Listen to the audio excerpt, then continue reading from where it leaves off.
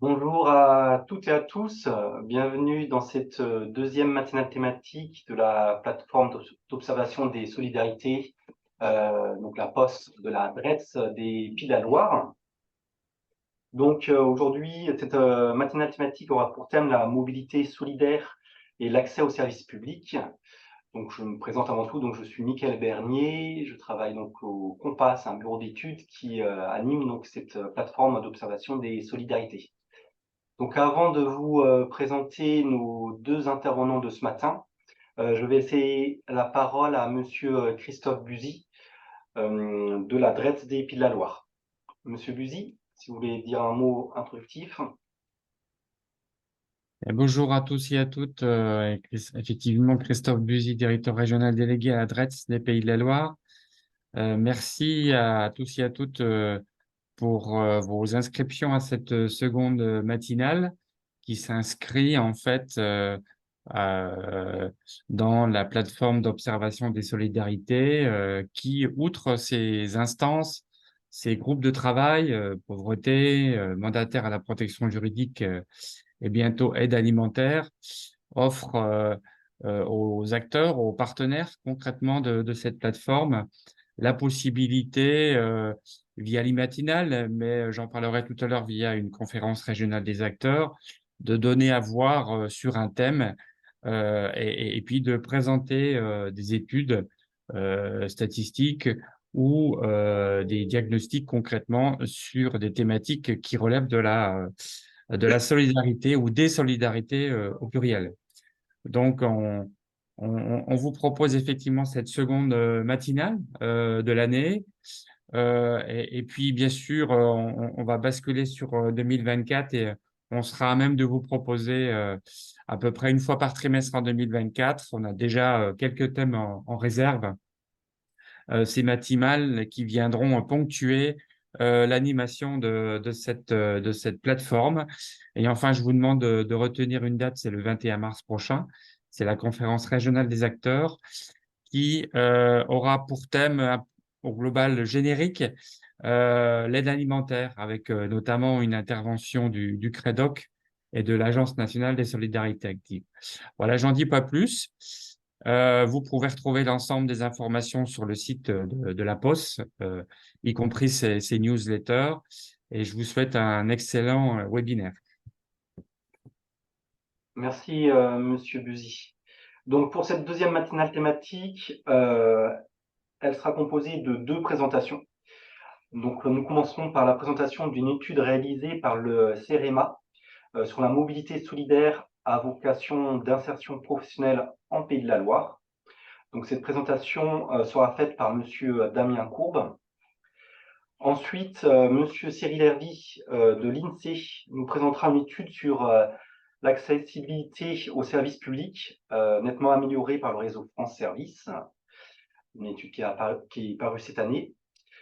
Alors pour rappel, après chaque intervention, nous laisserons un temps d'échange de 10 à 15 minutes où vous pourrez poser vos questions. Alors vous pouvez poser vos questions à travers le chat de discussion que vous avez en bas de votre écran. Alors vous pouvez poser vos questions tout au long du webinaire, on va les mettre de côté et on va les poser donc à chaque intervenant par la suite, ou vous pouvez les poser suite à l'intervention de chaque présentation.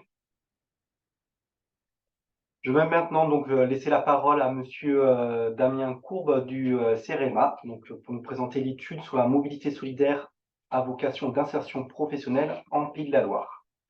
Bonjour Monsieur Courbe. C'est à vous.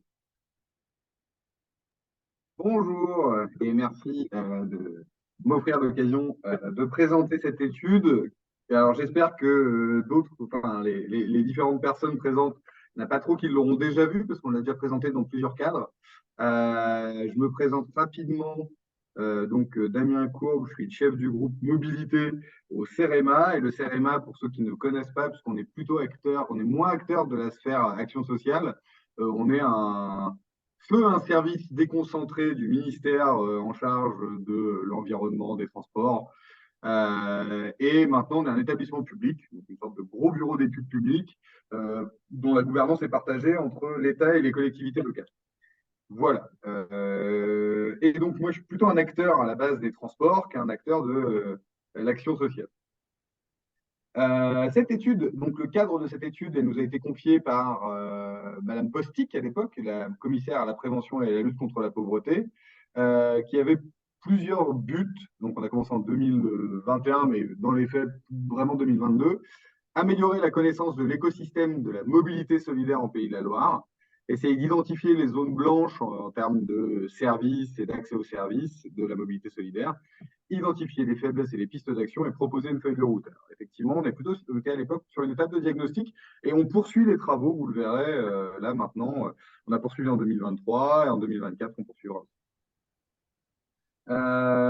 Du coup, on s'est appuyé principalement sur une méthode participative parce qu'effectivement, la question de la mobilité solidaire, pour ceux qui sont un peu penchés dessus, c'est une myriade d'acteurs au croisement des chemins entre le monde des transports et le monde de l'action sociale et associatif. Et du coup, c'est assez difficile d'avoir une vision claire du qui fait quoi dans ce monde vaste.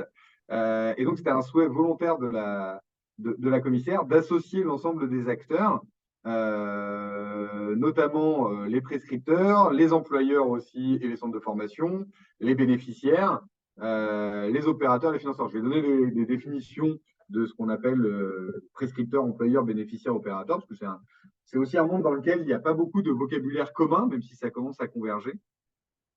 Voilà, donc la méthode s'est beaucoup appuyée en 2022 sur une partie questionnaire auprès des opérateurs, des financeurs, des entretiens exploratoires, des focus group avec une trentaine de participants, 30, 40 participants, une enquête en ligne où on a eu quand même 90 réponses, une grosse étape de diagnostic en chambre aussi, et en fait les ateliers avaient plutôt vocation à nous faire avancer ou valider les étapes de diagnostic.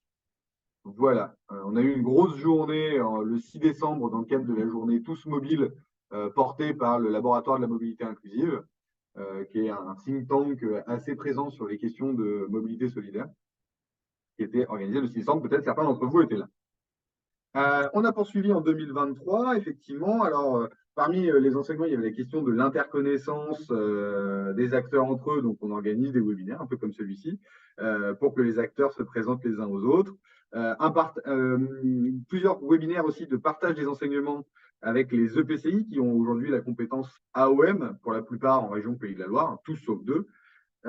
Et donc, puisqu'on parle de mobilité solidaire, et ben, ça rentre dans le champ de leurs compétences mobilité. Et puis après, il y a les compétences action sociale aussi, qui sont plutôt conseils départementaux ou communes. Voilà, deux grandes journées. Peut-être certains d'entre vous y ont participé, une en juin, une en octobre. Et puis, on a travaillé sur la mobilisation des recruteurs, les ressources humaines, la création d'un annuaire, les services de l'offre socle. J'y reviendrai un peu après. Voilà, donc c'est juste pour vous donner une idée de la méthode. Gros travail en chambre, traitement d'enquête, et puis après, beaucoup de temps de partage avec des acteurs. On a une liste de diffusion qui est assez large. Peut-être certains d'entre vous l'ont reçu. Alors, les conclusions, j'arrive tout de suite aux conclusions.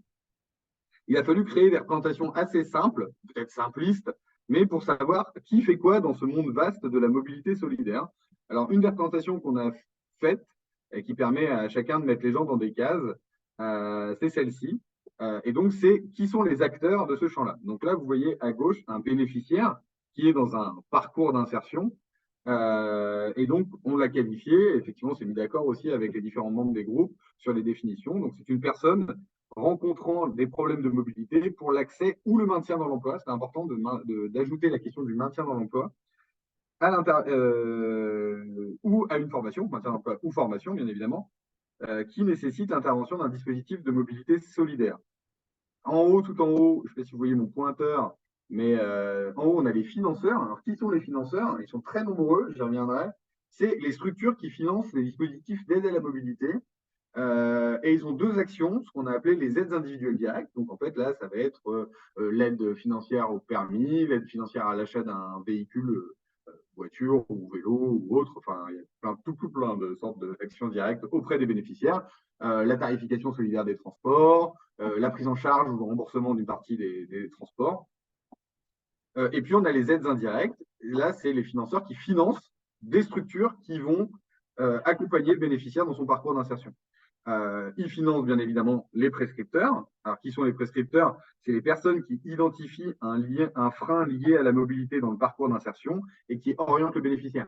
Prescripteurs, principalement, on va dire, ça va être pour faire des représentations, hein, les travailleurs sociaux, les conseillers Pôle emploi, voilà, et qui accompagnent le bénéficiaire tout au long de son parcours. Les aides indirectes financent aussi les plateformes de mobilité.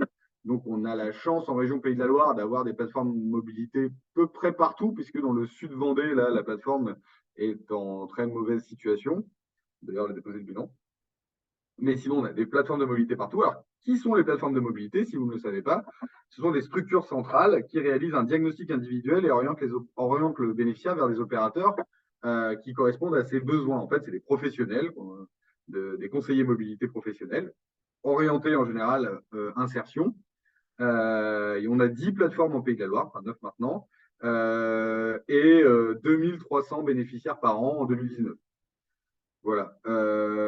Les plateformes orientent donc notre bénéficiaire vers des opérateurs. Et les opérateurs, donc là, ce sont des structures ou personnes qui apportent une aide directe et concrète auprès des bénéficiaires. On en a recensé 119 dans la région. C'est une myriade d'assauts pour la plupart. Les plateformes sont aussi des faux opérateurs. Elles peuvent être portées, par exemple, en Sarthe, c'est un garage solidaire, Carburpera. Voilà, elles peuvent faire aussi des parties d'accompagnement, des auto-écoles. Enfin, voilà, on a les auto-écoles solidaires, on a les garages solidaires dans les opérateurs, on a des structures qui aident à la lecture de plans, on a des vélos-écoles. Voilà, 119 opérateurs recensés. Je n'ai pas la prétention de dire que notre recensement est exhaustif. On a passé beaucoup de temps à essayer de les chercher, les opérateurs. Et donc, on en a quand même une vision assez large. Après, ce sont souvent des petites structures, donc qui peuvent vivre et mourir rapidement. Le bénéficiaire continue son petit parcours. Une fois qu'il a effectivement rencontré des opérateurs qui l'ont aidé à lever les freins à la mobilité, eh bien là, il peut soit aller vers un centre de formation ou vers un recruteur pour, à la fin, finir son parcours et accéder à un emploi. On a qualifié dans notre étude les centres de formation et les recruteurs de bénéficiaires indirects des dispositifs de mobilité solidaire, puisque eux-mêmes bénéficient des freins qu'on a levés pour notre petite personne à gauche pour pouvoir recruter ou pour pouvoir avoir des stagiaires. Donc, en termes de représentation, les bénéficiaires de l'action publique sur ce sujet, publique et associative, ce sont à la fois les bénéficiaires d'un côté et de l'autre côté, les centres de formation et les recruteurs. Alors ça, c'est une vision simpliste et simplifiée, j'en conviens, c'était pour permettre à chacun de savoir qui fait quoi. En bas à gauche, on a essayé de représenter les liens entre en bas les bénéficiaires et l'ensemble des acteurs, et c'est beaucoup plus complexe que ça. On a dans le diagnostic effectivement le cheminement complet, et là, il y a tout plein d'allers-retours, tout plein d'acteurs auxquels on a accès, on n'a pas accès en fonction du statut, de l'âge, voilà, on y reviendra. Toujours dans les acteurs, eh ben, les principaux bénéficiaires, ce sont les allocataires du RSA, les demandeurs d'emploi, les jeunes de moins de 26 ans, les personnes en contrat d'insertion, stagiaires de la formation professionnelle, les personnes en situation de handicap, les RQTH. Voilà, ça c'est les principaux bénéficiaires des opérateurs de mobilité solidaire. Donc on a demandé aux opérateurs qui sont vos bénéficiaires, voilà ce qu'ils nous ont répondu.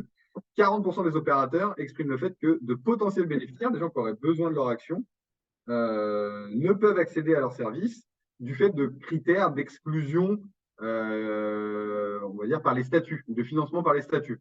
Donc, on a recensé plus de 11 statuts, dont on vient de citer quelques-uns, par exemple, les habitants des quartiers prioritaires de la ville, enfin voilà. Donc, des gens qu'on aurait besoin, mais qui ne peuvent pas parce que leur statut n'est pas financé ou qui sont en dehors du statut. Les principaux prescripteurs, bien sûr, les services sociaux, Pôle emploi, les missions locales, toutes les entreprises, les SIAE, et puis un petit peu les centres de formation qui eux-mêmes croisent aussi des stagiaires qui ont des difficultés de mobilité et qui peuvent orienter vers des opérateurs ou des plateformes. Les acteurs, là, si on est sur par exemple, les aides financières directes, c'est une myriade d'acteurs de l'aide financière directe. Bien sûr, alors on nous a mis par un peu famille de services, louer un véhicule, acheter un véhicule, financer des déplacements, réparer son véhicule. Bien sûr, on voit les acteurs publics, que ça passe par les CCAS, les conseils départementaux, toutes les structures un peu Pôle emploi, par exemple, mais il y en a plein d'autres. Le FASTT, qui est un fonds d'action sociale pour le travail temporaire, les grandes associations nationales, Secours catholique, Saint-Vincent de Paul, les Restos du Cœur, mais aussi, par exemple, des fondations. On a la Renault Care pour les parties garage solidaire. On a le Crédit Agricole qui fait du microcrédit solidaire, l'UDAF. Enfin voilà, on a un monde en fait qui échappe un peu à la sphère classique publique, mais qui poursuit le même objectif. Donc c'est assez c'est complexe pour l'acteur public d'avoir une idée de l'ensemble de ces opérateurs, acteurs qui viennent dans les financements directs.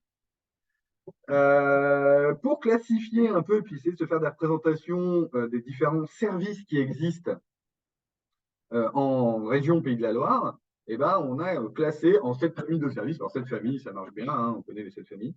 Là, ça a marché aussi. 7 familles qui vont un peu de la plus grande dépendance à l'action publique à la moindre dépendance à l'action publique.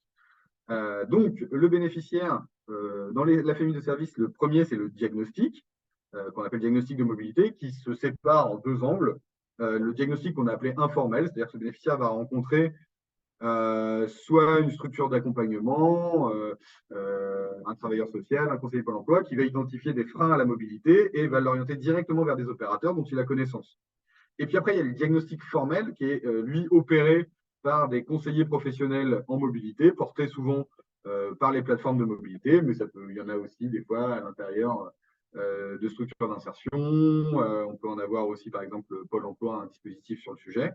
Voilà, et là, du coup, c'est un diagnostic plus large qui intègre plus largement l'ensemble de l'offre, puisqu'ils ont vocation à connaître l'intégralité de l'offre, et l'ensemble des freins et le process de levée de ces freins pour ces personnes. Donc ça, c'est la partie diagnostic.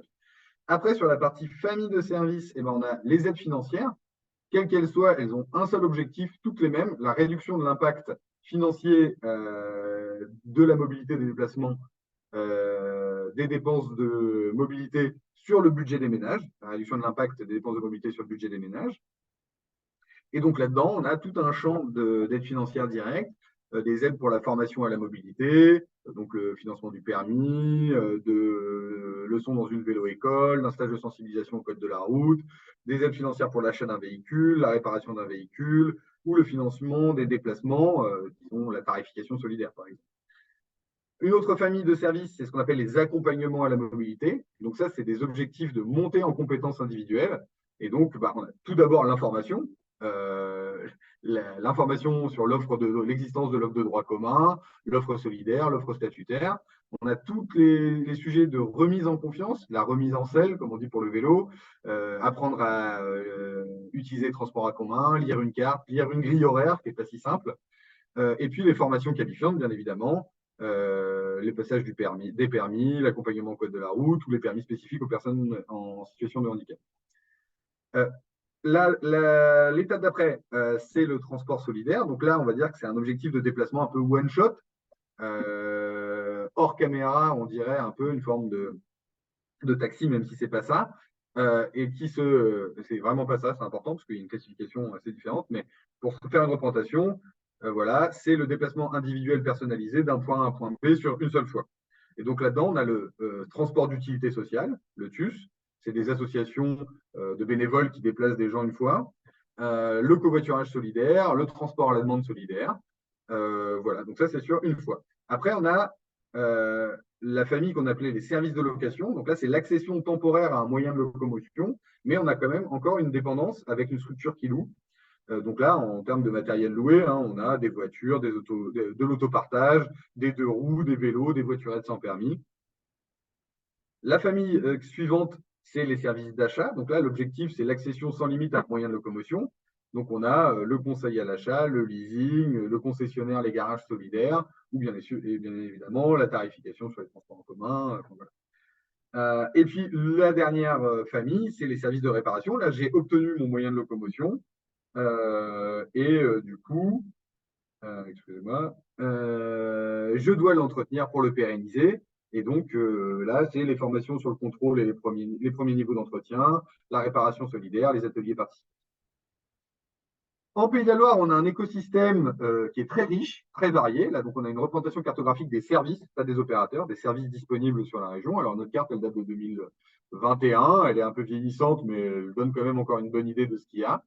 Ce qu'on retient aussi, c'est qu'en fonction soit de la vie associative, soit des orientations politiques des différents territoires, et ben, on a plutôt des angles plutôt orientés automobile, vélo, des actions plutôt collectives, des actions plutôt tournées vers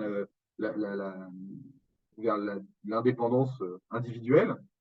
Mais voilà, on a une représentation cartographique des services qui existent dans les Pays de la Loire. La question qui nous était posée, c'est de quoi on manque en région Pays de la Loire? Eh bien, l'analyse, on a fait l'exercice de regarder de quoi on manque. Et en fait, la lecture qu'on a eue, la conclusion, alors là, on a quelques exemples. On manque d'auto-écoles certifiées Calliope qui permettent la mobilisation des dispositifs de financement. On en a plein. Le problème, c'est que c'est un besoin qui est infini.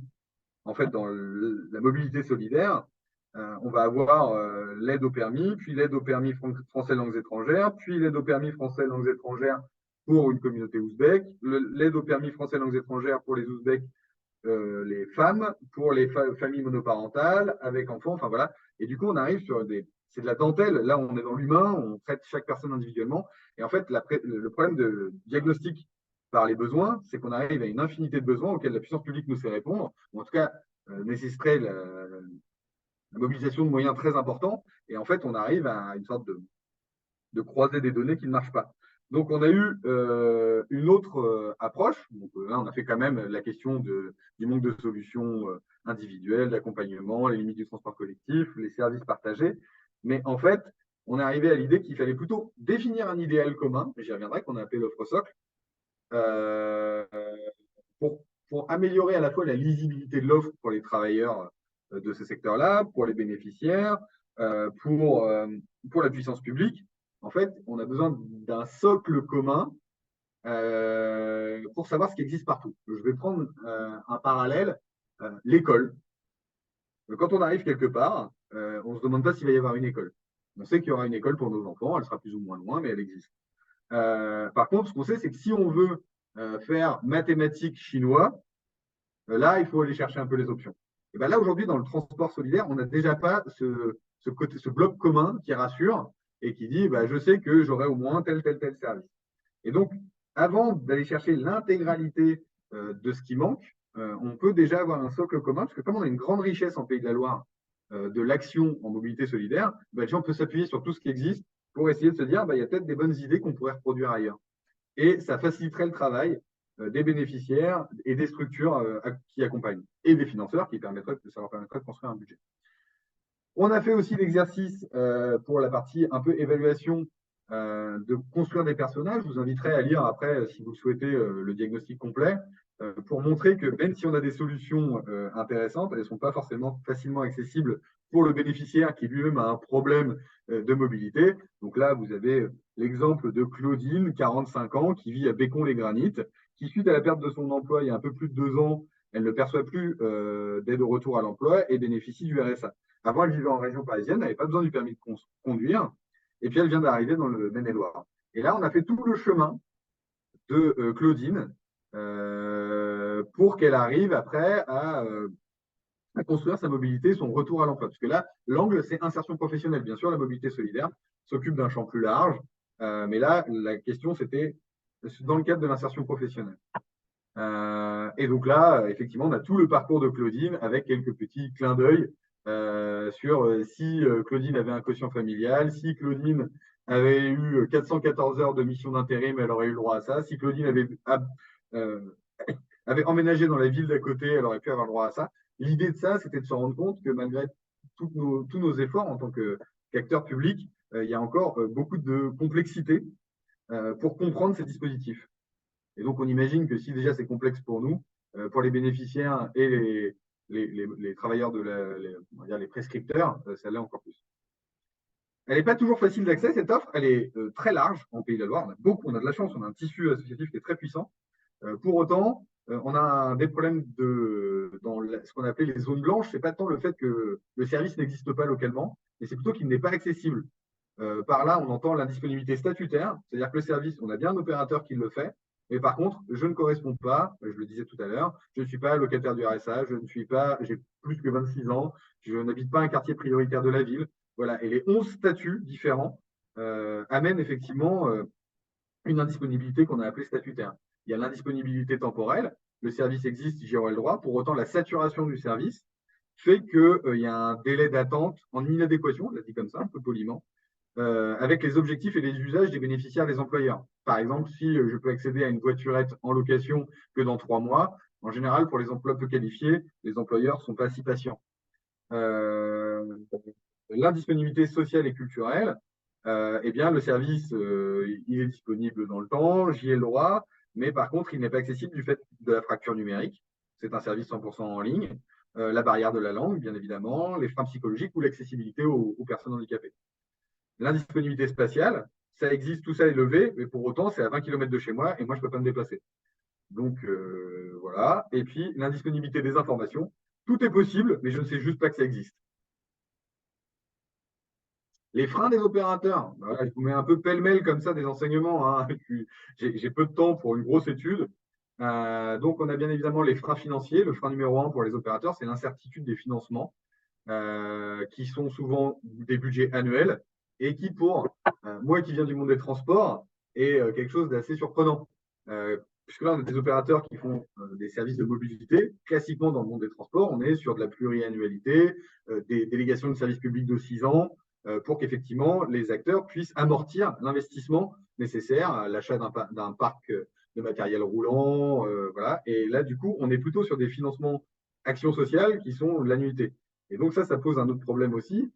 C'est à la fois les freins RH pour les acteurs, parce qu'en fait, c'est tout le temps des petits contrats sur des petits appels à projets, des trucs comme ça. Donc, ils ont des problèmes de maintien des personnels, du coup, tout le temps de la formation, un manque de déroulement de carrière pour les personnels de ces petites structures, et du coup, une grosse perte en ligne liée à ces freins RH.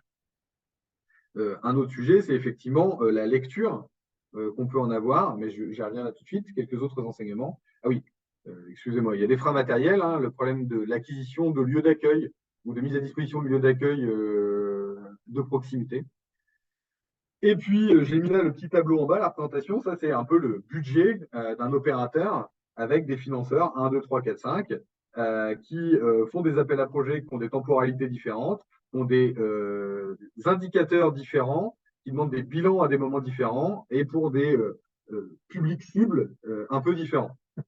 Et du coup, on se retrouve avec des moments où l'opérateur, il a une charge budgétaire, il a beaucoup d'argent, beaucoup de gens à traiter, des moments où il n'a plus rien, des moments où il doit tout le temps rendre compte, et on se retrouve avec un ETP qui sert à nourrir un ETP, qui sert à rendre compte sur l'ETP qui est mobilisé. Enfin, des fois, on arrive à des solutions un peu comme ça, c'est un peu complexe, donc on a un intérêt à faire converger un peu les financements ou au moins les indicateurs pour faciliter la vie des opérateurs et qu'ils puissent se consacrer principalement à l'action vers les bénéficiaires plutôt qu'au rendu compte. Et puis, si possible, des visions pluriannuelles pour qu'ils puissent amortir le matériel roulant. En fait, ce qui se passe, effectivement, c'est que ce que disent les opérateurs, quand on a un financement, déjà, on n'a pas tout l'argent, on n'en a qu'un peu, donc il faut qu'on trouve la banque. Une fois que la banque accepte de nous financer, et c'est pas si facile, on va recruter la personne, et dans le meilleur des cas, mettons pour un garage solidaire, le temps qu'on ait recruté la personne et qu'elle commence à chercher des voitures ou des voiturettes ou des 2 roues en location, l'année est finie en fait. Et on nous demande des fois alors vous avez fait quoi cette année? On a fait tout ça, ce qui est beaucoup de travail, mais en fait en termes d'action vers les bénéficiaires, c'est assez peu. Et ça, c'est difficile pour eux des fois de le faire entendre dans un monde de l'action sociale où sur la partie en tout cas aide directe, on a des indicateurs qui vont beaucoup plus vite. Alors, entre le moment où on décide de le mettre en place, au bout d'un an, on dit on a pu financer X personnes ou X mille personnes. Là, ça prend quand même, c'est des processus plus longs. Quelques autres enseignements, la difficulté à évaluer l'impact des services à la mobilité dans un parcours d'insertion sociale et professionnelle qui est plus long. Et donc, c'est pour ça aussi qu'on a eu plutôt l'idée de faire une mesure par écart à un idéal, plutôt que de dire en quoi le fait d'avoir donné une information à quelqu'un, ça l'a aidé à trouver un job. Là, c'est un peu complexe. L'articulation entre prescripteurs et plateformes de mobilité qui est à conforter, effectivement, quel est le rôle de chacun, est-ce que tout le monde se connaît? La difficulté à prendre en compte la transition écologique, on est dans une urgence sociale qui est assez élevée, et du coup, la question de l'accès avec les zones à faible émission, tout ça, ça crée des complexités supplémentaires. La problématique de la lisibilité de l'offre, donc l'approche par les plateformes numériques n'est pas la seule solution, c'est très bien, on a Dora, Mes aides, mes droits, et il y a des plateformes, il y a le CREFOP, Carrefour-F, qui, par exemple, a aussi des plateformes, enfin, il y en a plusieurs. Mais pour autant, on s'est dit que ce qui faciliterait encore plus la vie des gens, on en revient à l'école, c'est de savoir qu'il y a un truc en tout temps, en tout lieu. Ça n'empêche pas d'avoir besoin des plateformes. Et l'écart de culture entre les politiques de transport et les politiques d'action sociale. Un autre truc qui est assez surprenant, où j'ai fait un entretien avec la DGITM, donc l'administration centrale en charge des transports, et la DILP, l'administration centrale en charge de la lutte contre la pauvreté. Il y a deux logiques différentes, historiques. La DGITM dit: ah non, nous on finance que le matériel roulant, que l'investissement, mais pas le fonctionnement. Et côté action sociale, c'est l'inverse. On finance le fonctionnement, mais très peu d'investissement. Et il n'y a pas de raison particulière à ça. Enfin, il y en a, mais c'est aussi des cultures ministérielles et sur lesquelles, là, on se retrouve avec des acteurs qui sont au milieu des deux. Bon, on a fait une feuille de route avec 9 objectifs, mais comme j'ai plus beaucoup de temps, je vais y aller assez vite. L'offre socle. Donc, je ne vais pas aller sur la question de la feuille de route. L'offre socle, on a eu plus de 120 services qu'on a identifiés en Pays de la Loire. Et puis, on les a classés entre l'offre socle qui est à terme, c'est un idéal commun, l'offre commune à tous les territoires à l'échelle départementale. Ça permet aussi d'aider les financeurs à savoir là où ils pourraient financer, les communes, les collectivités, les AOM qui vont faire des plans de déplacement, de mettre aussi les actions qu'ils souhaiteraient voir. Ça fait un grand catalogue dans lequel on peut venir se nourrir. Et ça, c'est quand même très utile. On a donc d'autres services qui sont des services complémentaires, qui sont, eux, soit liés à la préexistence de services. Il y a des assos qui font déjà ça et c'est très bien, il ne faut pas l'enlever, ou à des ambitions politiques particulières, ou à un profil particulier de bénéficiaires. On n'a pas les mêmes bénéficiaires en territoire ultra-rural, en périphérie d'une ville. Et puis, on a qualifié ces différents services avec un délai raisonnable, une distance raisonnable et une accessibilité raisonnable pour avoir une idée de niveau de service. Voilà. Maintenant, des ressources qui sont à disposition. Un diagnostic fouillé sur le focus sur la région Pays de la Loire. Donc, 177 pages pour ceux qui ont du temps à lire, mais c'est pas mal en prise de poste.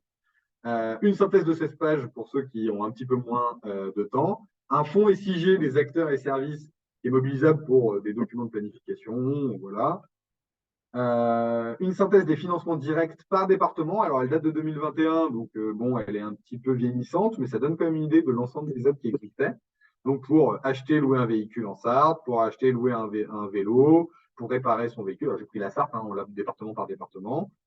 Des posters qui peuvent être mobilisés, là, vous voyez de loin, mais qui sont disponibles en ligne pour faire, par exemple, ils ont déjà été mobilisés pour faire des ateliers avec les élus, savoir c'est quoi la mobilité solidaire, savoir c'est quoi les différents services. Enfin, voilà. Donc ça, c'est plutôt utile pour de la connaissance générale. Et puis maintenant, on a fini avec l'atelier d'octobre à définir ce qu'on a appelé l'offre socle. Donc on a 73 services qui sont classés dans l'offre socle avec 6 niveaux de service. Donc on aimerait des trucs qui sont accessibles sous 2 jours, 1 semaine, 2 semaines. Et puis 3 niveaux de maillage territorial accessibles à la commune, à l'EPCI ou au bassin de mobilité. Donc ça, c'est pareil, cette offre socle. Il n'y a pas de validation politique, donc elle a maintenant vocation à être saisie ou pas. Mais pour autant, ça permet quand même d'avoir un document martyr sur lequel on peut, qui a été construit avec des financeurs, des représentants des missions locales et des CCAS, des représentants des employeurs. Enfin voilà, ça a été quand même assez partagé dans notre groupe. Mais pour autant, maintenant, il faut qu'elle vive sa vie et qu'elle soit critiquée, amendée, autant que possible. Voilà, je suis désolé, j'ai un gros débit, mais j'ai essayé de me conformer à la demi-heure qui m'était donnée. Voilà. Merci beaucoup, Monsieur Cour, de cette riche présentation avec toutes ces informations. Donc, je vous propose qu'on passe à un moment de questions-réponses. Donc, n'hésitez pas à partager vos questions dans le chat de discussion. Donc, vous avez un bouton en bas au milieu, en bas de votre écran pour participer dans la discussion. Donc, nous avons déjà quelques questions. Notamment donc Madame Buriot, donc, représentante du CRPA, poser quelques questions, notamment sur quels sont les modes d'information auprès des bénéficiaires. Alors, les modes d'information auprès des bénéficiaires qui existent aujourd'hui, ils sont multiples. Il y a les plateformes de mobilité qui ont des permanences avec et c'est, je pense, la meilleure entrée, puisque c'est les seuls qui ont la connaissance de l'intégralité de l'offre de droit commun et de l'offre de mobilité solidaire. Après, donc, ils ont des permanences téléphoniques ou des permanences physiques. Ça, c'est, je pense, le meilleur angle.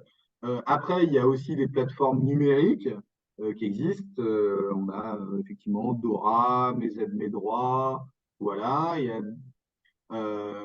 Et puis, sinon, nous, on souhaiterait travailler l'année prochaine, effectivement, sur un outil de communication qui serait certainement un peu imparfait, mais utile tout de même.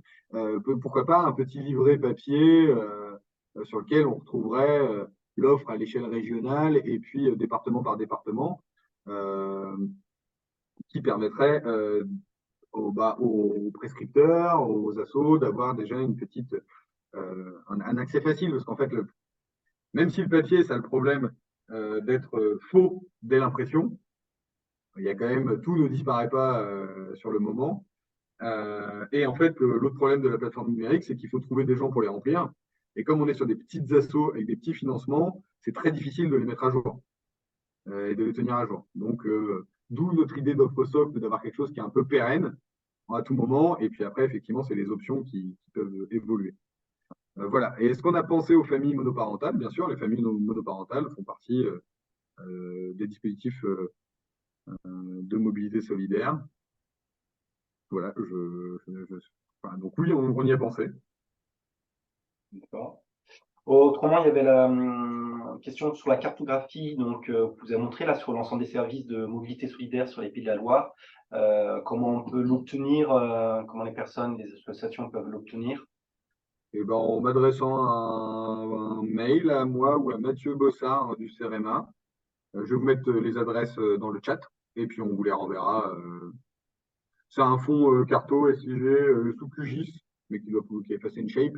Donc ça peut être utilisé par n'importe quel outil de traitement SIG. Après, je pense que c'est aussi d'avoir la formation basique quoi, de la carte, hein, sans avoir tout. Ah oui, mais on a la version effectivement PDF. Ouais. C'est juste que des fois, comme les gens aiment bien faire des zooms sur leur territoire et que, Oui, bien sûr. Ouais. comme on le voit, en fait, il y a des étiquettes qui se superposent. Voilà. Donc, c'est pour ça qu'en général, on livre à la fois la version PDF et puis aussi la version informatique pour ceux qui le souhaitent pour pouvoir après la traiter comme ils le souhaitent. D'accord, très bien. Donc, la personne du CRPA voulait avoir la documentation, donc je pense que le mieux, c'est que vous contactez Monsieur Courbe pour avoir tout l'ensemble Tout à des fait. éléments. Et après, j'ai mis des liens en fait dans la présentation. Donc, je ne sais pas si vous les diffusez aux gens qui sont présents, mais dans ma présentation, j'ai mis des liens en fait pour pouvoir les télécharger librement sur le site du CRM. Tout à fait. On va mettre l'ensemble des présentations de ce matin sur notre site, sur le site de la plateforme d'observation. Pas de souci. D'autres questions? Alors, pour information, sur la carte présentée donc, par Monsieur Courbe, la plateforme Atelier Mica Sud Vendée n'existe plus depuis juin 2023. Oui, il faut que je mette à jour. Je l'ai dit à l'oral, mais effectivement, je dois mettre à jour ma carte. Voilà. Donc, beaucoup de personnes sont encore en fracture numérique, car précaire. Oui, on avait vu donc notre première thématique, matinale thématique, on l'avait fait justement sur la fracture numérique. Donc, des difficultés à avoir accès à toutes ces informations, notamment numériques. Est-ce qu'il y a d'autres questions? Donc, s'il n'y a pas d'autres questions, donc Monsieur Courbe a laissé son email ainsi que son collègue, donc Mathieu Bossard. Donc, n'hésitez pas à l'interpeller pour avoir les informations. Allez aussi sur le site du CERAMA, parce que vous pouvez avoir l'ensemble du diagnostic partagé et de la synthèse. Et nous également, on mettra toutes les informations sur la plateforme d'observation des solidarités. Donc n'hésitez pas à revenir vers nous si vous voulez avoir de plus amples informations. En tout cas, merci beaucoup, Monsieur Courbe, de cette présentation. Nous allons passer à la seconde présentation de ce matin. Donc, c'est Monsieur Cyril Hervy de l'INSEE qui va nous faire une présentation sur une étude qui est parue cette année sur l'accessibilité aux services publics nettement améliorée par le réseau France Service. Bonjour, Monsieur Hervy, je vous laisse la parole. Bonjour, oui, merci. Donc je me présente, moi je suis Cyril Hervy, donc je suis responsable d'une division d'études à la direction régionale de l'INSEE des Pays de la Loire. Voilà, donc je vais vous présenter les résultats d'une étude, donc un dossier sur l'accessibilité aux services publics dans les Pays de la Loire qui a été réalisé donc au mois de juin de cette année. Et c'est un dossier qu'on a réalisé en partenariat avec le SGAR, donc le SGAR des Pays de la Loire.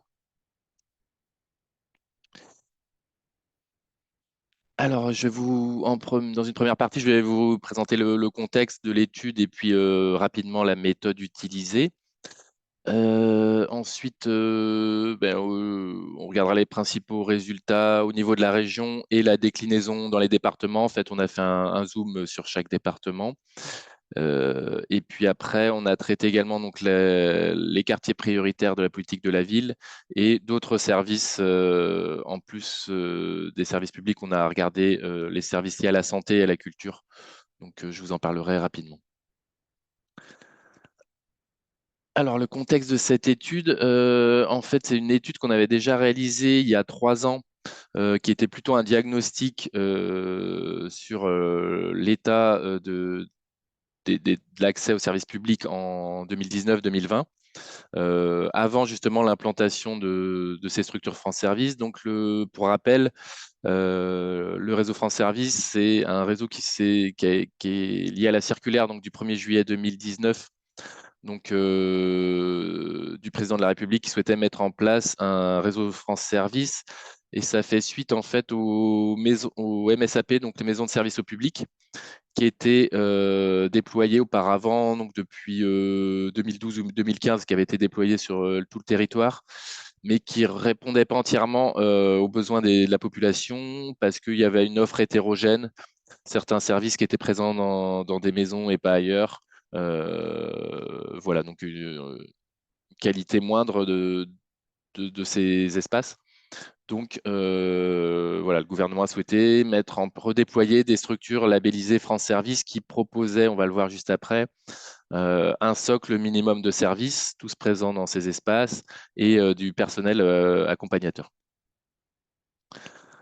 Voilà, donc c'est accueillir les citoyens. L'objectif, c'était accueillir les citoyens dans un lieu unique permettant de réaliser les démarches, les principales démarches administratives, et également donc, accompagner aussi les personnes en difficulté face au numérique, parce qu'il y a possibilité dans ces espaces d'avoir recours à des accès Internet et d'être accompagné.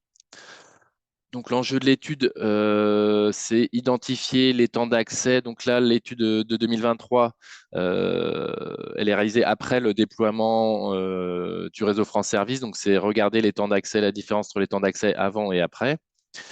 Et puis regarder les territoires qui sont encore éloignés des services publics, et d'identifier également les territoires les plus fragiles. Donc, le panier socle. Donc, le panier, c'est un ensemble de services qu'on a analysé, qui correspond aux 9 partenaires nationaux des espaces France Service.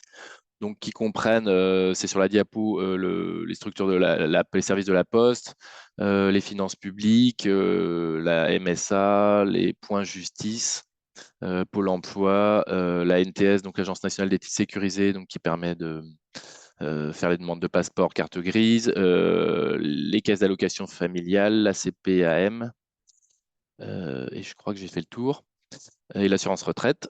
Donc ce panier, on a calculé un temps d'accès moyen.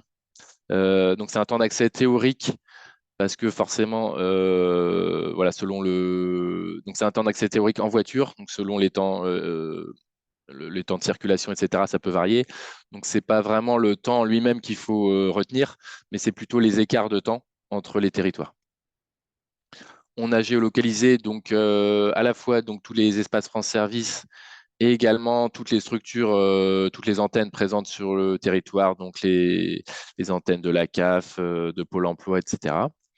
On a donc pris en compte les espaces France Service implantés au 1er janvier 2023. Donc l'étude est sortie voilà, en juin, comme je vous disais, donc, ce qui correspond à 119 espaces France Service implantés dans les Pays de la Loire, plus 6 antennes.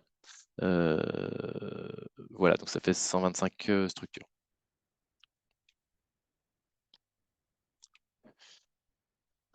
Alors, au niveau de la synthèse régionale, donc on a forcément une cartographie donc au 1er janvier 2020 sans ces espaces, donc un calcul des temps d'accès. Donc là, on est au niveau EPCI. Donc forcément, la prise en compte de ces espaces France Service va réduire les temps d'accès. On a en moyenne, donc on était à quasiment 11 minutes en moyenne en temps d'accès en 2020 et on passe à un peu moins de 7 minutes en 2023 en prenant en compte les espaces France Service. Donc on a un gain de temps qui est le plus fort dans le département de la Vendée, on est quasiment à 5 minutes, mais on verra plus tard que c'est aussi le département qui reste le plus éloigné des services publics. Et puis un impact moins fort en moyenne, en Maine-et-Loire, pardon. Mais on verra également que c'était l'un des départements qui avait l'accès le plus favorable. Donc c'est aussi logique que l'impact soit plus faible.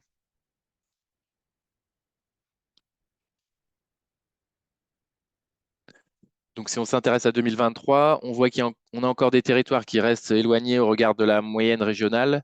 Donc, notamment, donc, comme je le disais, le département de la Vendée avec la frontière entre la Loire-Atlantique et la Vendée, donc au nord du département, et également sur le littoral sud vendéen, où là, on a aussi des populations plus fragiles en termes de chômage et de personnes plus âgées. Et également à la frontière, donc au nord de la région, encore des zones qui restent relativement éloignées, à la frontière entre la Mayenne et la Sarthe. Donc ça, c'est le diagnostic global au niveau régional. Si on s'intéresse au département, donc je vais voilà, balayer rapidement les départements. Donc sur la Loire-Atlantique, donc là, on est descendu au niveau communal. Donc vous avez à droite la carte en 2020 et à gauche donc la carte en 2023. On est en Loire-Atlantique sur un temps d'accès de 6,5 minutes en moyenne, donc on est légèrement inférieur à la moyenne régionale. On a 30 structures France Service qui ont été implantées. Donc ça fait en moyenne 2 structures pour 100 000 habitants. C'est un petit peu moins que la moyenne régionale. Dans la région, on est à 3 structures pour 100 000 habitants. Mais ça s'explique. On a une offre plus réduite en fait qui s'explique parce que on est dans un département très urbain, donc déjà une présence des opérateurs historiques, des structures historiques, la CAF, Pôle emploi qui est déjà très présente sur le territoire. Et on a un impact moins marqué, donc de 10,6 minutes, on a gagné 4 minutes.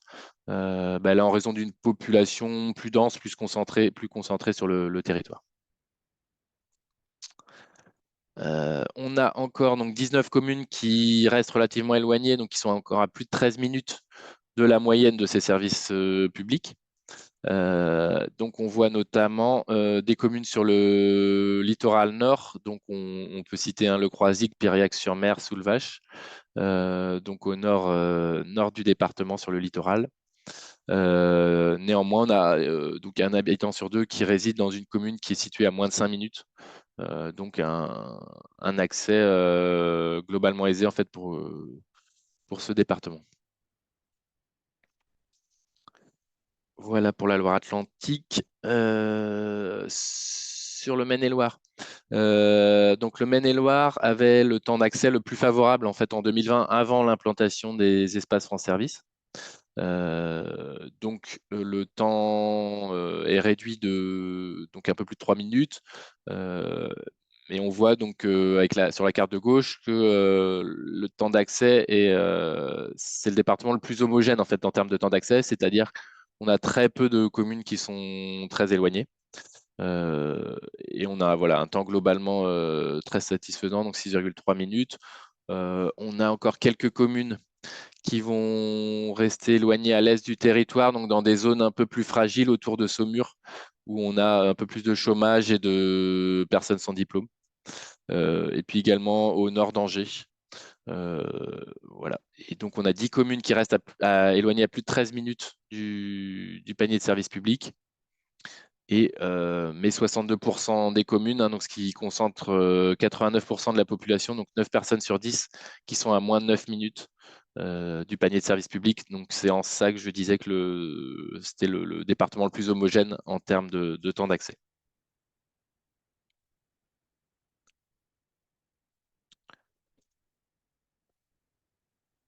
Donc, le département de la Mayenne, il était à 12 minutes en moyenne de temps d'accès. Le temps d'accès donc, est à 6,7 minutes, donc comme pour le niveau régional. On a là, c'est le département où on a le plus de structures. On a 6 structures pour 100 000 habitants. Donc c'est le taux le plus élevé de la région. Et on a un gain de temps donc d'un peu plus de 5 minutes. On voit notamment que toutes les zones situées donc sur le pourtour du département, à l'est et à l'ouest, hein, les 2 couloirs, ont été nettement améliorées. On a encore donc, quelques zones, donc 28 communes qui sont à plus de 13 minutes du panier de service public, qui concentre environ 6% de la population, avec notamment quelques fragilités à l'est de Laval, donc une population avec un peu plus de chômage et des personnes moins diplômées. Et on a notamment 2 communes qui sont encore situées à plus de 17 minutes, donc Saint-Pierre-sur-Herve et Blandouet-Saint-Jean. Donc c'est ça, à l'est de Laval, à la frontière avec la Sarthe. Donc un temps d'accès pour la Mayenne nettement amélioré et avec encore quelques territoires, quelques disparités au sein du département.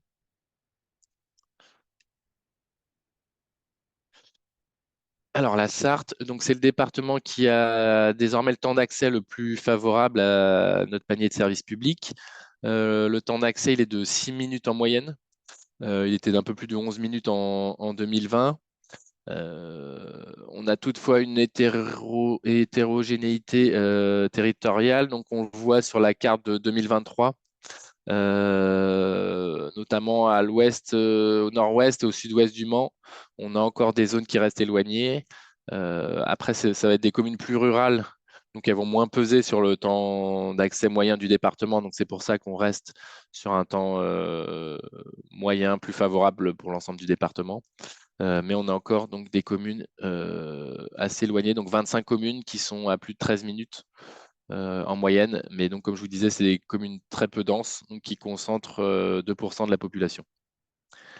Donc la moitié de ces communes sont situées à l'ouest du Mans. Donc là, on a plutôt des conditions socio-économiques favorables. Par contre, on a des communes au sud et à l'est du département, encore un peu éloignées, où là, on a plus de facteurs de fragilité. Donc les facteurs de fragilité qui vont être voilà, des personnes plus âgées et un taux de chômage plus élevé et un taux de pauvreté également plus élevé.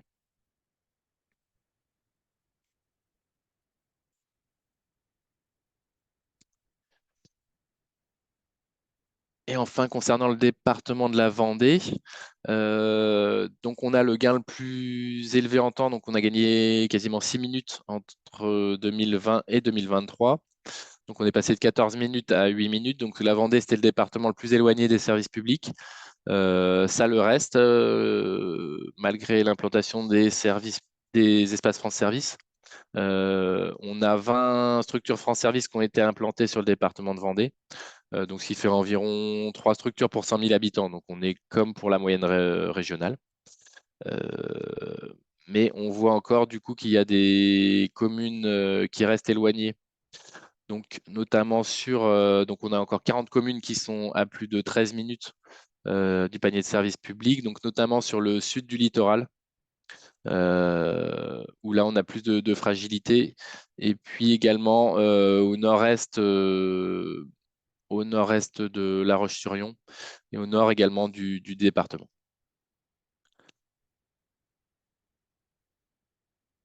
Donc voilà pour le tour d'horizon des départements. Donc tous les résultats sont disponibles à la commune. Donc le dossier est disponible sur INSEE.fr et puis en données complémentaires, vous avez les temps d'accès aux communes et aux EPCI. Alors, on a fait un focus sur les quartiers prioritaires de la politique de la ville, parce que l'objectif du réseau France Service, c'était donc Enfin, il y avait 2 cibles prioritaires qui étaient les territoires plus ruraux et également donc, les QPV, donc les quartiers prioritaires. Donc là, on est descendu au carreau pour analyser les temps d'accès de la population située dans les quartiers prioritaires. Donc on voit qu'on a un temps d'accès très favorable, donc de 3,3 minutes en moyenne, avec une population située en quartier prioritaire qui est plus proche des services publics par rapport à l'ensemble du reste de l'agglomération. Donc pour toutes les communes, sauf pour l'agglomération d'Angers, où là, l'ensemble de la commune d'Angers, y compris Trélazé, parce qu'il y a un QPV situé à Trélazé, est à 4,4 minutes et on est à 4,7 minutes dans la moyenne des quartiers prioritaires d'Angers.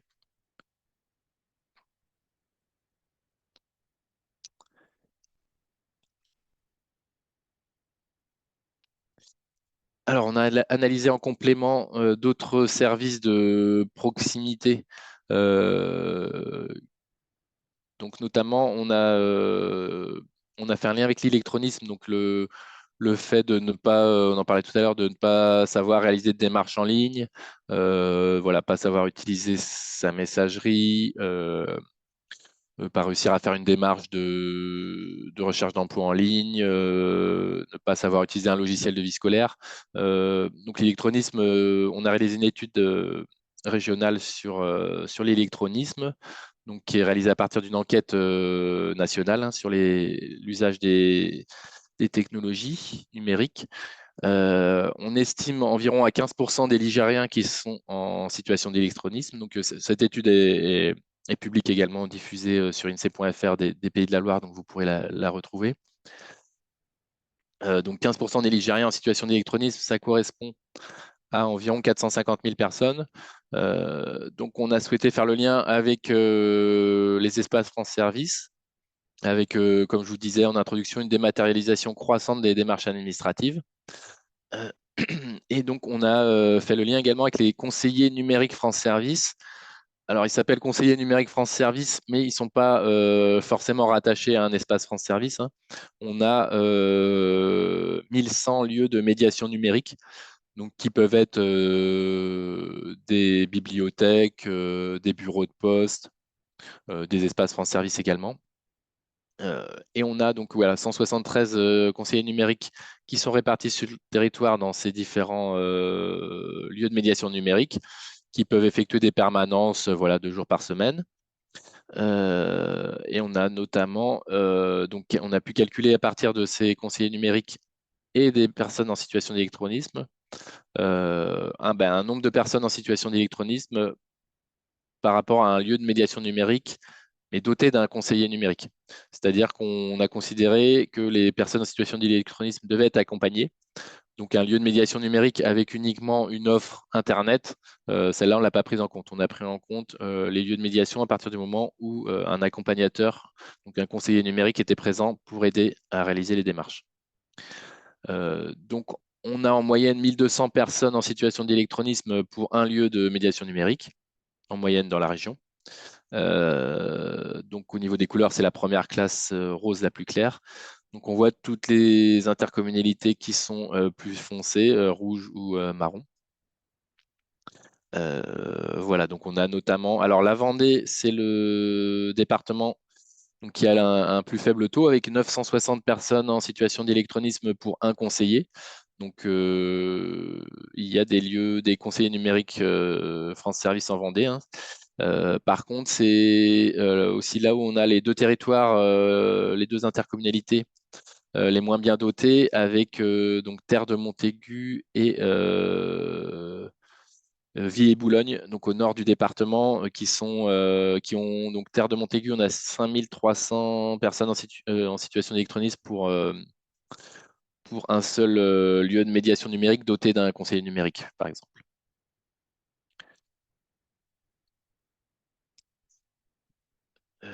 Voilà, donc l'électronisme il est plus élevé hein, dans le nord de la Mayenne, et également sur le littoral vendéen, et puis à l'est et au sud de la Sarthe.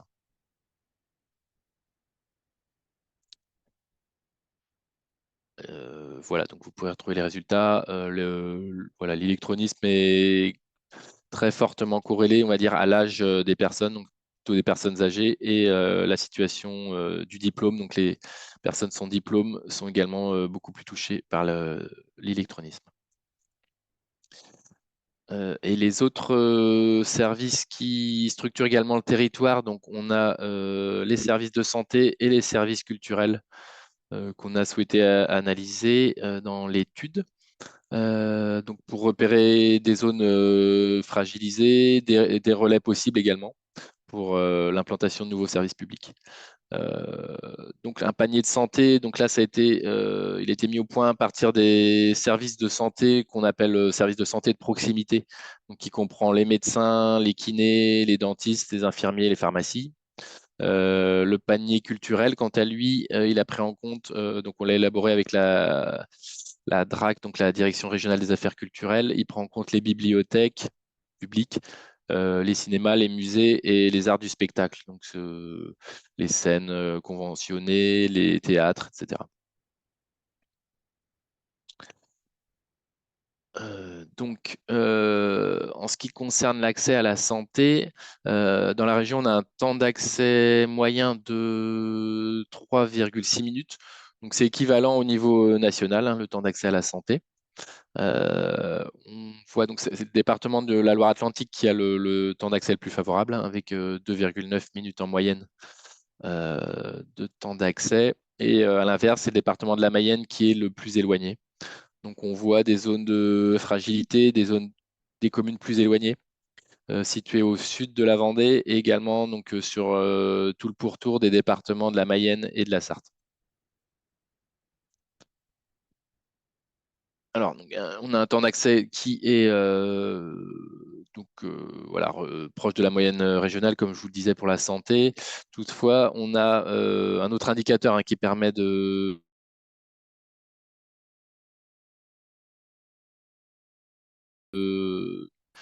qui est calculé par l'adresse. C'est l'accessibilité potentielle localisée aux médecins. Et là, qui prend en compte l'adéquation offre-demande. Là, on est vraiment sur des temps d'accès. Temps d'accès donc au médecin le plus proche, enfin à l'équipement de santé le plus proche. L'APL, il va prendre en compte l'adéquation offre et demande, donc les horaires du médecin, la structure de la population. Donc plus on a une population âgée, plus on va avoir besoin de médecins, etc. Donc là, l'APL, on est un petit peu moins bien, on est moins bien situé au niveau régional, hein. On a un APL plus élevé. Voilà, donc là c'est pareil, on a réalisé une étude sur l'accessibilité potentielle localisée aux médecins dans la région. Et pour terminer, donc le panier culturel, les services de la culture. Alors, les cartes sont juxtaposées, mais c'est pas la même échelle. Donc, vous voyez que les temps d'accès, donc il est un plus élevé. On est à 10 minutes en moyenne dans la région pour les services culturels. Donc là aussi, on est situé à peu près comme au niveau national. On a une offre, donc dans les grandes agglomérations, on voit qu'on a un temps d'accès relativement aisé. Et donc, on voit qu'on est plutôt dans les zones rurales où là, on va avoir des difficultés d'accès aux services culturels, donc notamment au nord de la Loire-Atlantique, hein, et puis au nord également du département, la frontière entre la Mayenne et la Sarthe.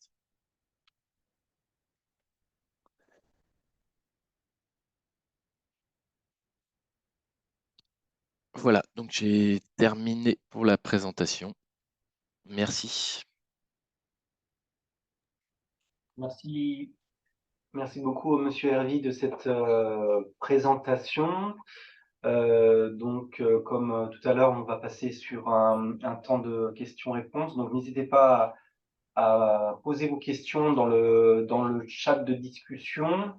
Alors, tout d'abord, pouvons-nous avoir le lien vers cette étude? Donc, oui, bien sûr, elle est sur le site de l'INSEE. On va essayer de le trouver rapidement. Autrement, on vous le redonnera de façon soit sur le site de la Poste, soit par email. Il n'y a pas de souci. Ah bah aussi, le lien. Donc, Madame Kaiser de Oui, oui, l'INSEE je pourrais vous transférer les liens. Oui. Oui.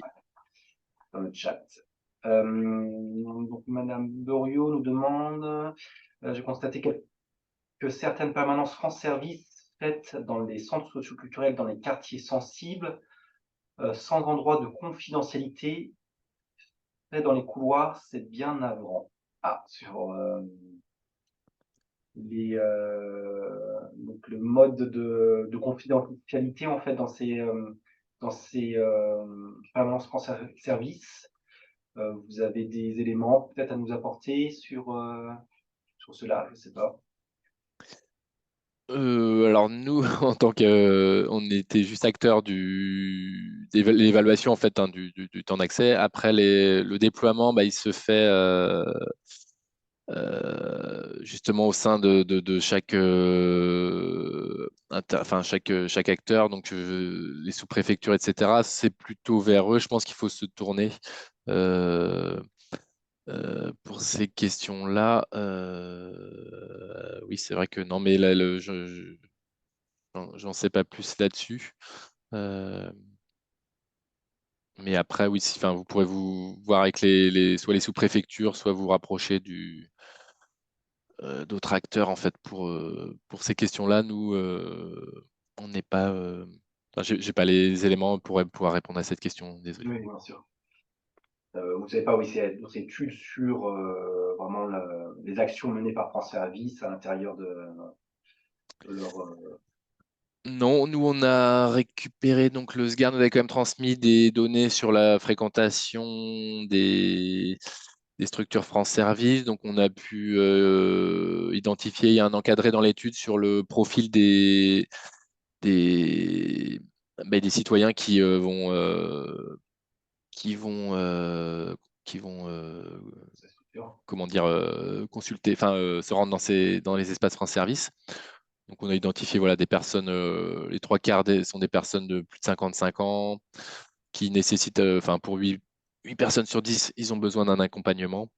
Voilà, on a un peu identifié le profil. Après, les démarches aussi réalisées. Donc on a vu que on avait une forte demande pour tout ce qui était ANTS, donc Agence nationale des titres sécurisés. Et puis il y a d'autres services aussi qui sont fortement sollicités. Bon, c'est inversement proportionnel aussi au fait que voilà, les services de la Poste sont moins demandés en maison France Service, parce qu'on dispose également de beaucoup plus de structures en dehors, donc c'est aussi ça respecte une certaine logique. D'ailleurs, je voulais vous demander par rapport à tous les éléments là, de cartographie que vous nous présentez, est-ce que vous prenez en compte également les maisons France Service ou les services qui sont limitrophes à la région? Si je pense au nord du département de Loire-Atlantique, par exemple, au Don, qui est un EPCI qui est à cheval sur deux régions, deux départements, est-ce que vous avez pris en compte l'ensemble des services limitrophes?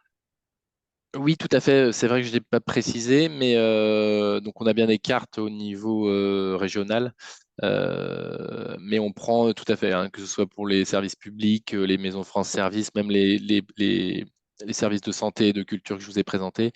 On va prendre en compte les départements limitrophes, les communes limitrophes. Les services qui sont localisés sur le pourtour seront pris en compte. Si on a un médecin ou voilà, une maison France Service qui est située juste de l'autre côté de la frontière du département, mais qui est plus près de la commune, on le prend en compte hein, pour les calculs des temps d'accès. D'accord, très bien. Monsieur Buzy nous signale, oui, n'hésitez pas donc à constater les faits et donc et contacter les sous-préfectures de rattachement, les préfectures, pour faire remonter les différents dysfonctionnements qui peuvent se trouver dans les maisons France Service. En ce moment, vous avez parlé des noms de personnes donc, victimes de l'électronisme. Vous avez en fait ces données-là par PCI, par commune? Oui, alors on a réalisé 2 études sur l'électronisme, donc une globalement sur la région qui identifiait justement le profil de ces personnes, donc comme je vous disais, plutôt des personnes âgées sans diplôme, vraiment une forte corrélation. Et il y a une deuxième étude de 2 pages qui rentre plus dans une analyse territoriale, où on a identifié, donc il me semble que c'est à l'intercommunalité, on a identifié donc des zones, hein, donc comme je vous disais, le sud de la Vendée, le nord de la Mayenne, l'est de la Sarthe, hein, des zones avec une plus forte proportion de population en situation d'électronisme. Je pourrais également vous envoyer, hein, les liens vers cette étude. Oui, on avait déjà présenté, oui, l'étude régionale sur l'électronisme, mais c'était de savoir si on pourrait avoir des informations plus locales, enfin si les associations, les départements peuvent avoir des informations un peu plus locales sur leurs EPCI ou Oui, alors le PCI, oui, je ne sais plus si on est descendu à la commune, mais je pourrais me renseigner auprès de. C'est pas moi qui avais réalisé cette étude, mais je pourrais me renseigner. Si vous avez besoin de données à la commune, je pourrais me renseigner pour savoir si c'est disponible. D'accord, merci beaucoup. Est-ce qu'il y a d'autres questions? N'hésitez pas à poser vos questions, que ce soit sur cette étude ou l'étude présentée par Monsieur Courbe encore. S'il n'y a pas d'autres questions, on va conclure cette matinale thématique, ce webinaire. Donc, merci déjà aux 2 intervenants, donc Monsieur Courbe et Monsieur Hervy, d'avoir présenté ces études. Merci beaucoup. Merci à l'ensemble des personnes qui se sont inscrites à ce webinaire.